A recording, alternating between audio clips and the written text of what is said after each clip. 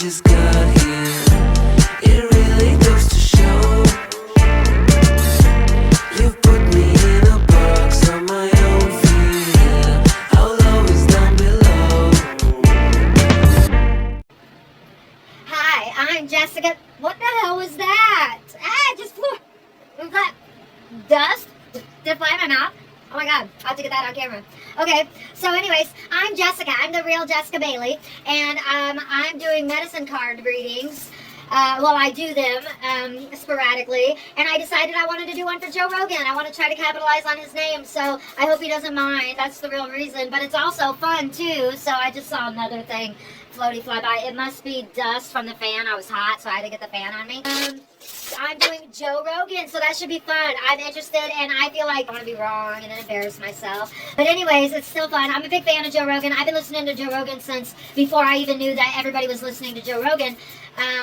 Yeah, I thought like I don't know why I thought I was the only one. I knew I wasn't the only one because I saw that there's like 21 million views on the shows that I watched. But I was a big fan of Joe Rogan. I'll tell you, like, my favorite episodes are the one with Tom something. He talks about the Manson murders.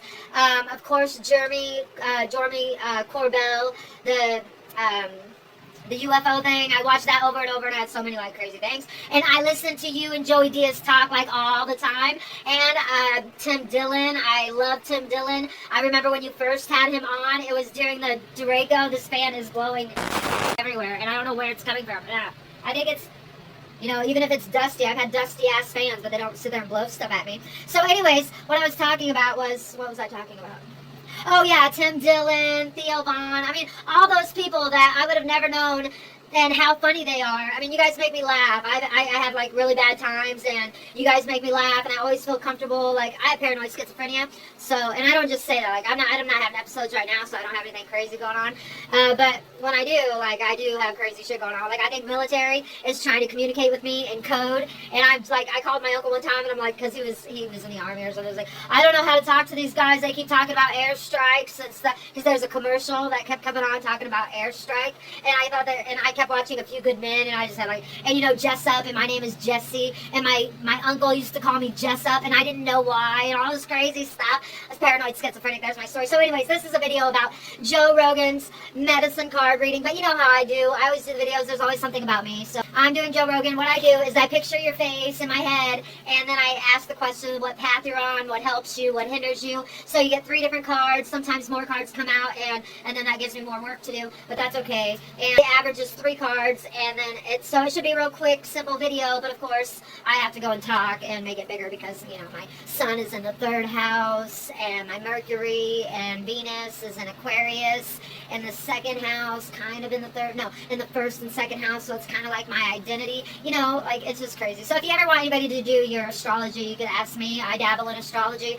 so I also do that, but I don't know when your birthday is, and I don't believe the birthdays that they put out on the internet. But anyways, mine is March 12th, the same birthday as Sammy the Bull, and I have like a huge crush on Sammy the Bull. Don't tell him, but I have a huge crush on Sammy the Bull. Like, I do. Like, I think he's so sexy. Everything about him. In fact, everything. Every little aspect of his life. I don't care. I think it's sexy. So anyways, that's a secret. Alright, Joe Rogan, here is your your medicine card reading, and I enjoy your show, so, like, just take it as a gift, not me capitalizing on your name. Well, if people watch it, so why not? So anyways, got a picture Joe.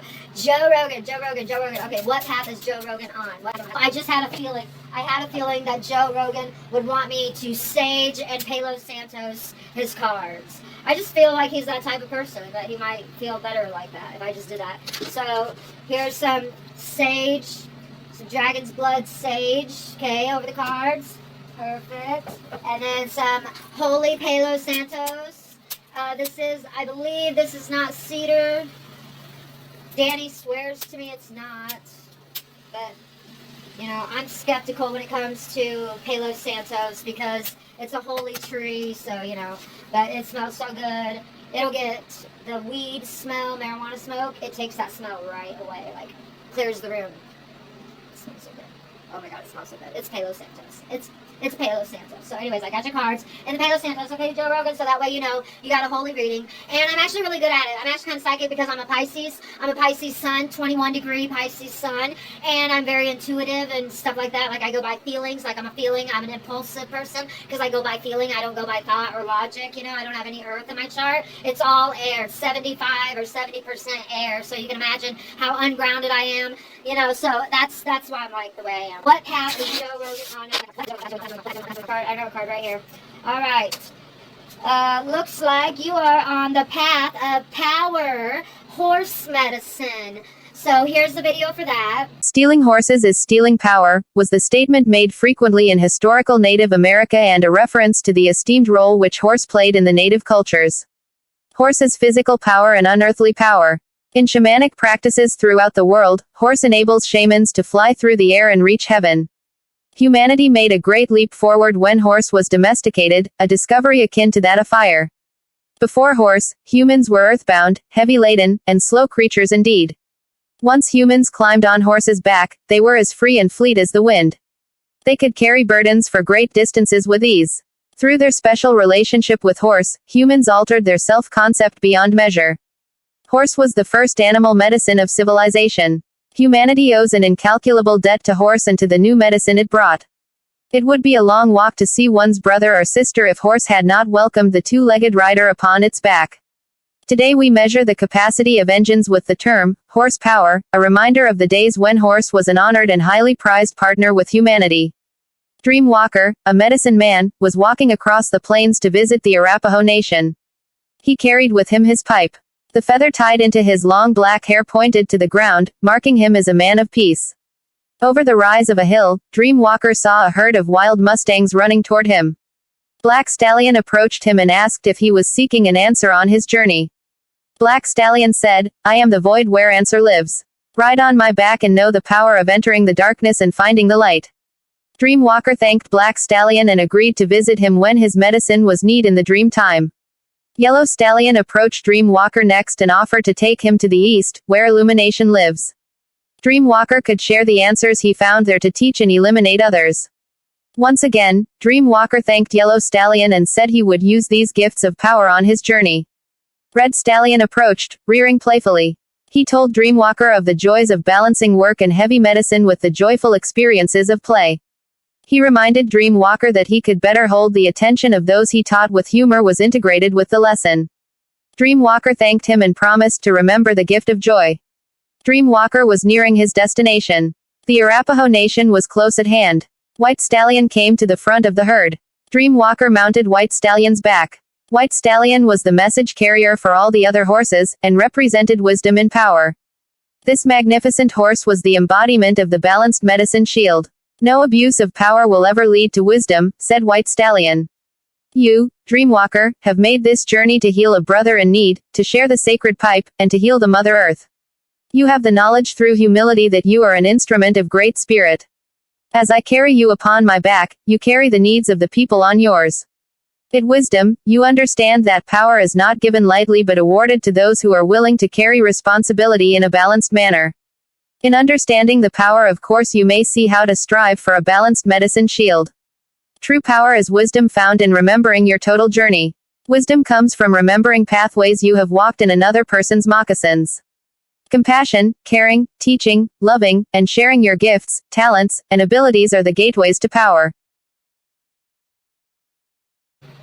Well, that sounds kind of, I don't know. I just see the word power. And because your show, your podcast has gotten so big, you actually do have a lot of power. And isn't it awesome being at the top? Because you're usually up there alone, except for you're not. And you can do whatever you want because usually you're up at the top alone, but you have your friends with you, so you guys get to have a lot of fun. And I was just kind of wondering if maybe you wanted to be my friend and if you wanted to hang out with me sometimes. No? Okay. So anyways, that is the path you're on, the path of the horse.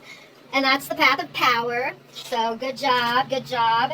Joe Rogan. Now, what helps Joe Rogan? What helps Joe Rogan? What's Joe Rogan? Oh, a card flew out. Yay. I love it when that happens. And only one. What helps you is Grace, the swan. So here's the video for that.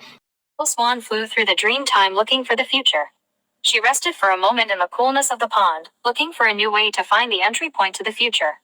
This was a moment of confusion for Swan as she knew she had happened and into the dream time by accident. This was her first flight alone and she was a bit concerned by the dream time landscape. As Swan looked high above Sacred Mountain, she saw the biggest swirling black hole she had ever seen. Dragonfly came flying by and Swan stopped him to ask about the black hole. Dragonfly said, "Swan, that is the doorway to the other planes of imagination. I have been guardian of the illusion for many, many moons. If you want to enter there, you would have to ask permission and earn the right." Swan was not sure that she wanted to enter the black hole. She asked Dragonfly what was necessary for her to earn entry.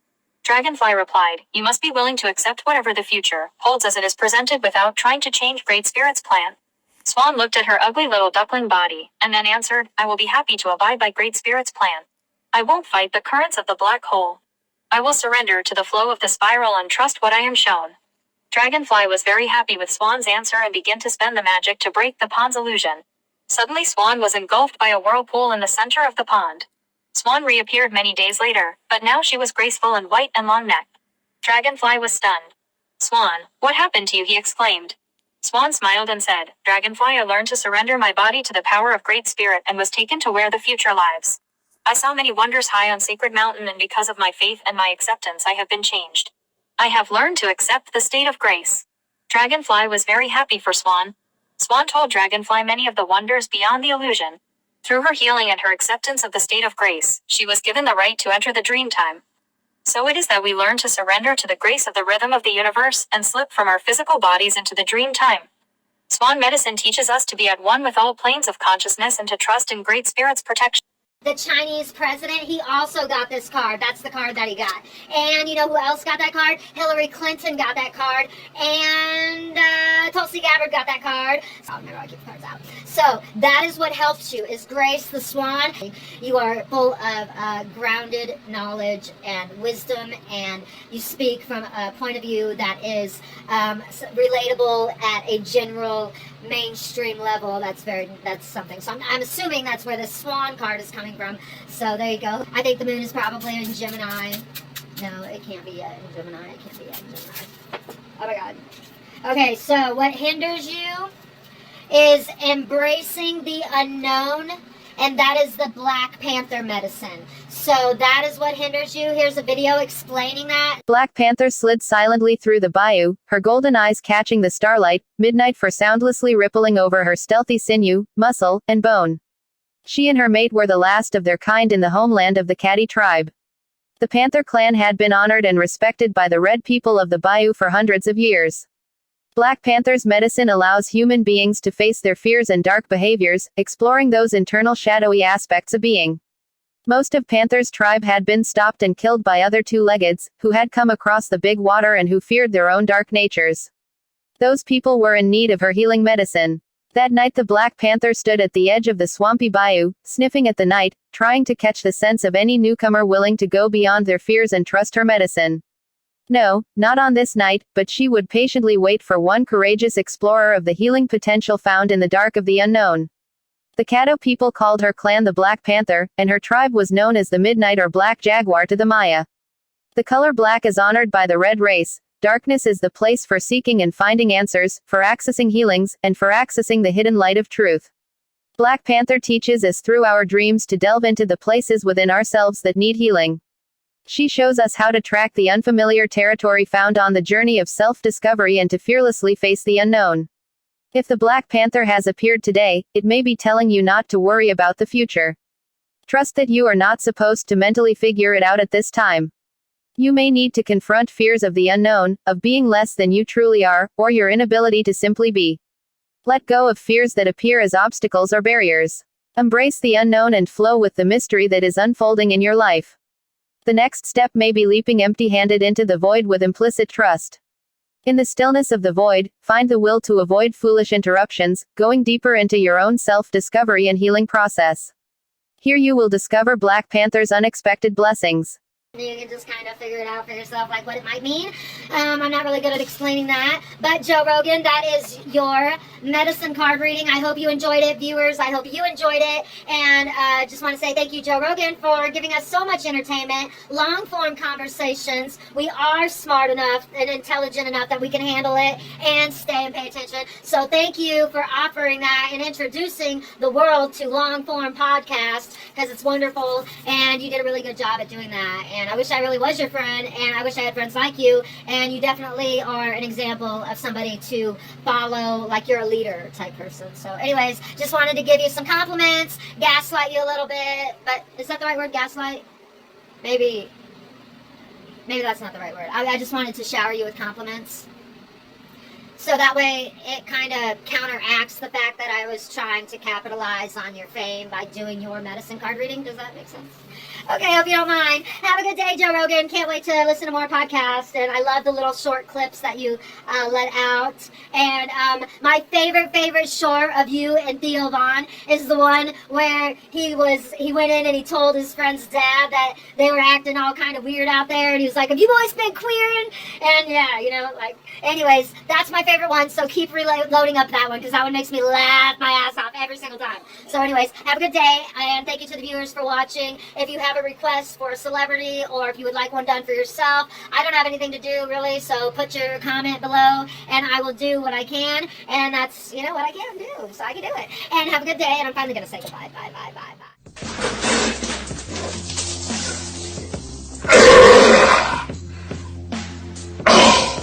And you know, I've like been a huge fan. Like I said, I've seen all your episodes with Jordan Peterson and everything.